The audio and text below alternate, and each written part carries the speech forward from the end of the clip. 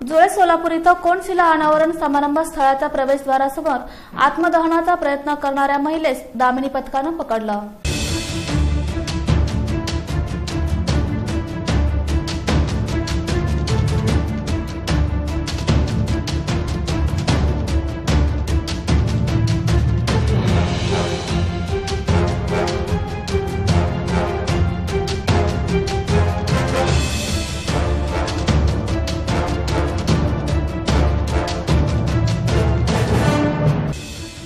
भारती कोळे असं आत्मदहनाचा प्रयत्न करणाऱ्या महिलेचं नाव आहे। शासकीय जात प्रमाणपत्राच्या कारणावरून त्यांना शासकीय सेवेतून कमी करण्यात आलं होतं।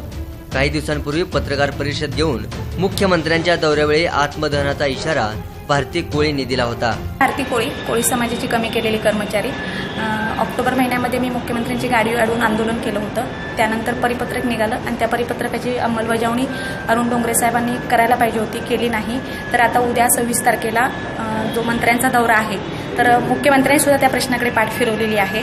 तर मुख्यमंत्र्यांच्या दौऱ्यामध्ये 2 दिवसामध्ये जर त्यांनी निर्णय घेतला नाही किंवा संबंधित विभागाला आम्हाला कामावर रुजू करून घ्यायला सांगितलं नाही तर मी मंत्र्यांच्या दौऱ्यामध्ये कोणत्याही ठिकाणी कधी आत्मदहन करेन आणि त्याला पूर्णतः जबाबदार संबंधित विभागाचे अधिकारी आणि मुख्यमंत्री राहतील। शनिवारी दुपारी जुळे सोलापुरात कोनशिला समारंभासाठी मुख्यमंत्री देवेंद्र फडणवीस यांच्यासह मान्यवर नेते मंडळी व्यासपीठावर आले असता सूत्रसंचालिकेकडून सर्वांचं स्वागत सुरू होतं। इकडे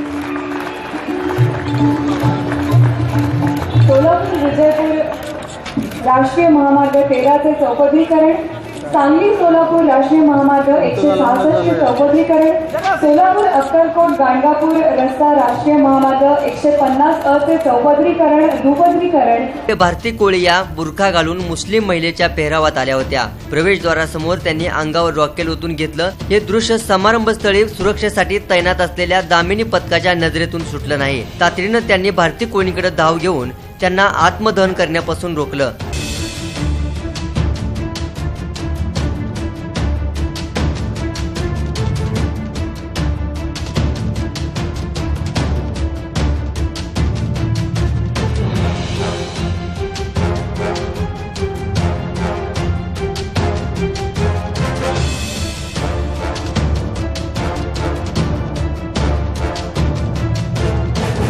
कोणताही गोंधळ गदारोळ होऊ नये यासाठी पोलिसांनी मोठा फौजपटा नेमला होता। इथं उपायुक्त पौर्णिमा चौगुले, शर्मिष्ठा गार्गे वालावलकर, अपर्णा गीते तसंच त्यांच्या सहकाऱ्यांनी या महिलेला ताब्यात घेतलं। काही मिनिटातच वेगवान घडामोडी घडल्यामुळे कार्यक्रमात कोणताही व्यत्यय आला नाही।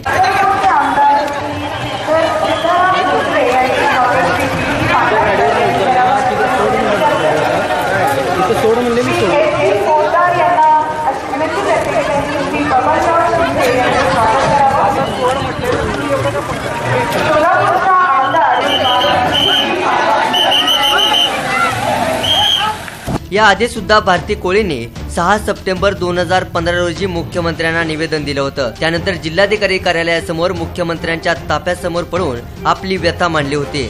आज पुन्हा भारती कोळींनी स्वतःच्या अंगावर रॉकेल टाकून मुख्यमंत्र्यांसमोर आपली मागणी मांडली। मात्र महिला पोलिसांनी सतर्कता दाखवत भारती कोळे यांना आत्मदहन करण्यापासून रोखलं।